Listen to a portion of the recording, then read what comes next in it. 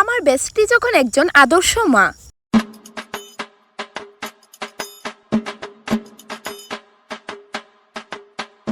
আরে দূর, রিমোটটা কাজই করতেছে না, সাউন্ডটা বাড়তেছে না গেলিকা।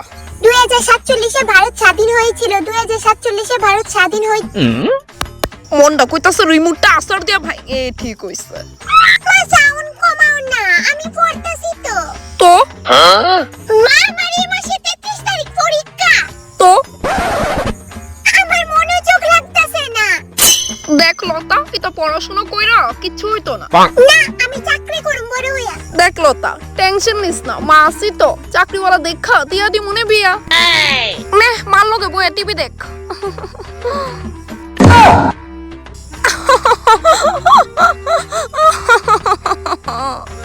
হ্যাঁ জানো, আমি তো কোন বেলায় রেডি হইয়া বাইরে দাঁড়ায় রইছি তার লিগা, তাই এখনো রেডি হইতাছে। ডাকতে আসি গাইবাইনি। লতা, মা রেডি হইছস নি? 5 মিনিটের মধ্যে রেডি হইতাছি, দাঁড়াও।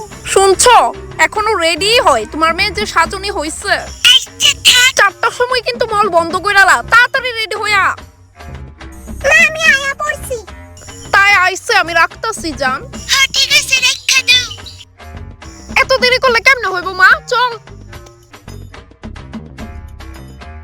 তোর পাপার আজকে বাড়িতে ফিরতে একটু লেট হইব, মেসেজে কইয়া দিছে। Twinkle twinkle. মা মা মা, ওই দেখো, ওই একটা বেটা আইসক্রিম বেচতেছে। আমি আইসক্রিম খামু প্লিজ মা। খাইতে লোক না আইসক্রিম, তুমি কি জানো আইসক্রিম দেরি চলতে যাবে না? লতা, পাপা আয়া পড়ছে, কই তুমি? ইয়ে, পাপা আইছে, ইয়ে। আমার জান আইছে।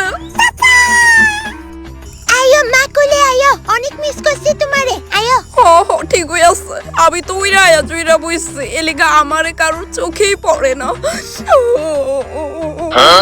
মা লতিকা, কি হইছে তোমার? বাড়িতে আইলি তুমি সবাই আগে তাইরে ডাক দো, আমারে তো মোটেও মিস করো না তুমি। এত বড় বুন্নি বেডি ইতা কিতা করে? Oh no!